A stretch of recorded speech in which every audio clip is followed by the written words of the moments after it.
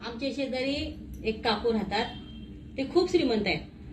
मग त्यांच्या मुलानं गाडी घेतली आणि मला म्हणला, बघा काकू मी गाडी आणली. म्हणला छान आहे का? म्हणलं मी हो छान आहे म्हणलं. तर तो म्हणला 56 लाखाची गाडी आहे म्हणला, फॉर्च्युनर म्हणतात मला त्या गाडीला. अरे वा म्हणलं, छान आहे म्हणलं गाडी. माझी गाडी छान आहे ना, तुम्हाला आवडली ना? हो म्हणलं. मग नंतर 4 दिवसांनी काय झालं, त्याला अटक आला. दवाखान्यात नेलं, काही उपयोग झाला नाही,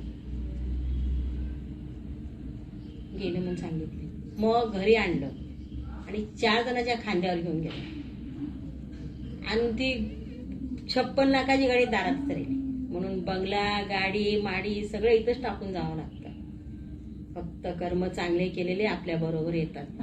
म्हणून कर्म चांगले करा, देवधर्म करा.